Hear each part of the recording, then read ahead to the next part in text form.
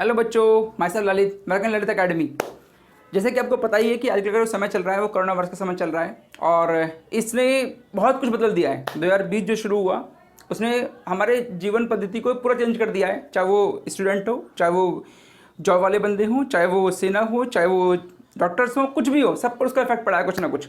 तो इसी प्रकार से स्टूडेंट पर भी उसका फर्क पड़ा है। जैसे कि आपने देखा कि एग्जाम बीच में रुके बोर्ड के, पहली बार ऐसा हुआ जब इसके सीबीएसई के बोर्ड के एग्जाम बीच में रोकने पड़े। दोबारा डेट आई जुलाई में और आपको पता है कि दोबारा डेट आने पर भी वो पेपर दोबारा नहीं करा पाए, यानी कोरोना वायरस का इतना बड़ा खतरा था बच्चों को लेकर। इसी प्रकार से आज की जो न्यूज़ है वो रीओपन ऑफ स्कूल की है। I am very excited for that कि स्कूल दोबारा खुल रहे हैं। एक छोटी सी आशा की किरण नज़र आई है बीच में, और आज एक न्यूज़ मिली है कि भाई एनसीईआरटी ने एक ड्राफ्ट बनाया है और वो ड्राफ्ट सरकार को सौंप दिया है। तो मैं उसी बारे में आपको बताने के लिए सामने आया हूँ, जिसमें कौन कौन सी बातों का हमें ध्यान रखना है। स्कूल ओपन होने वाले हैं, ये हम सबके लिए खुशी की बात है।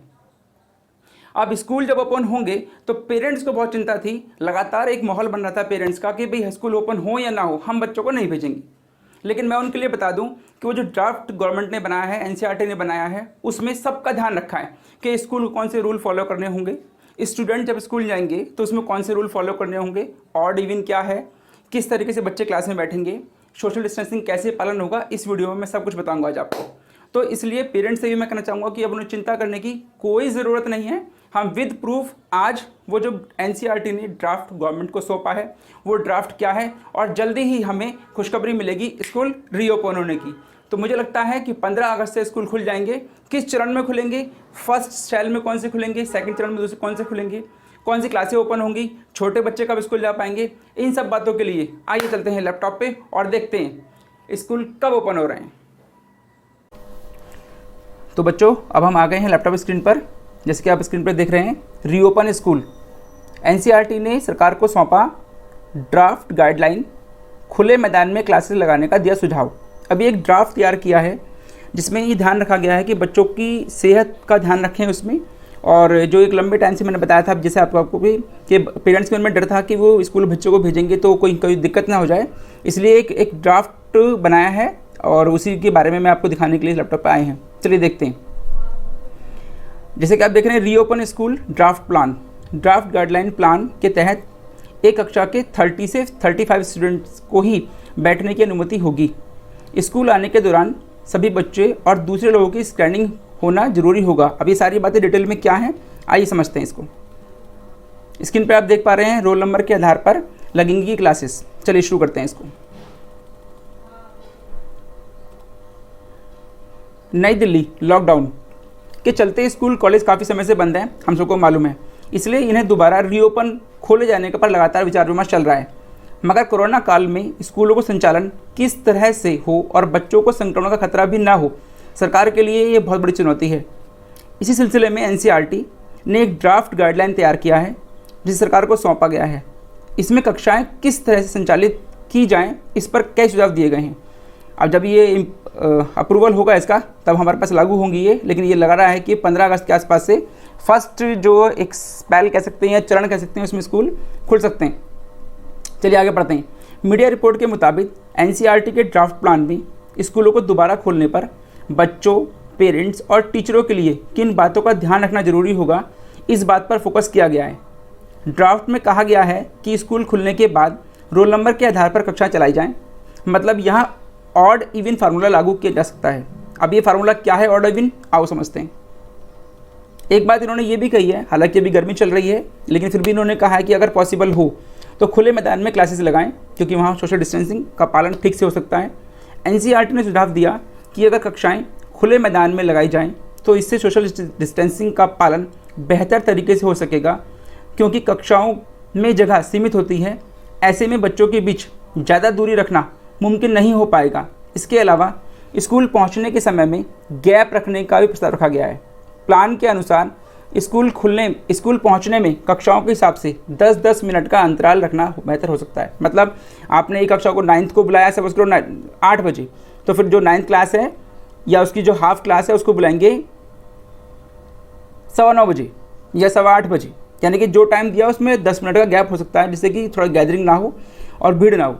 आगे चलते हैं। इसमें कक्षाओं में लागू हो सकती हैं ये व्यवस्थाएं, ये देखते हैं क्या है।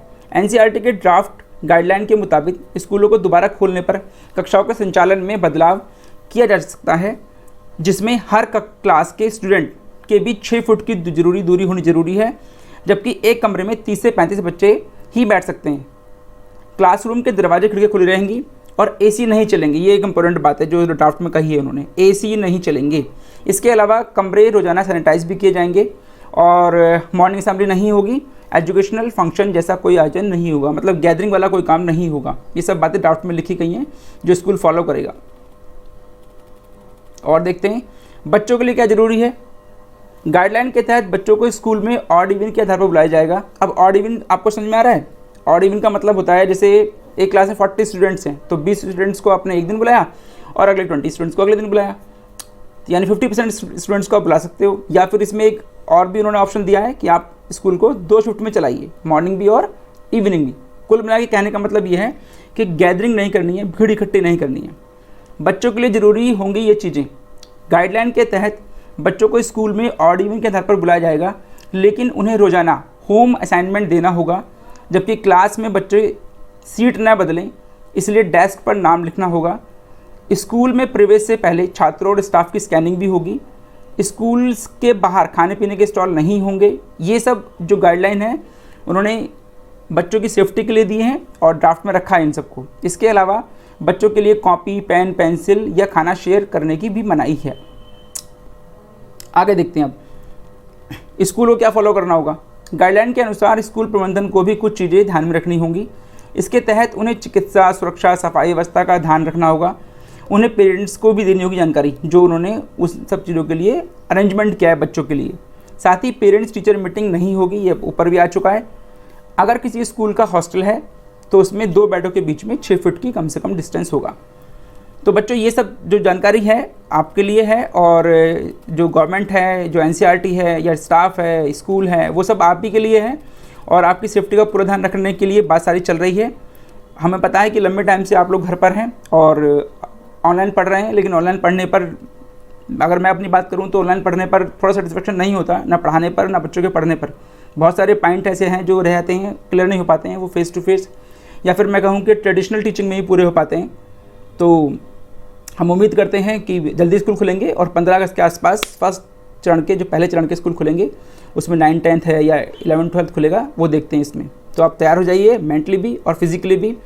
और अगर वीडियो पसंद आई हो तो इस न्यूज़ को शेयर कीजिए, ज़्यादा से ज़्यादा लोगों में शेयर कीजिए, इसको लाइक कीजिए और कमेंट बॉक्स में मुझे बताइए।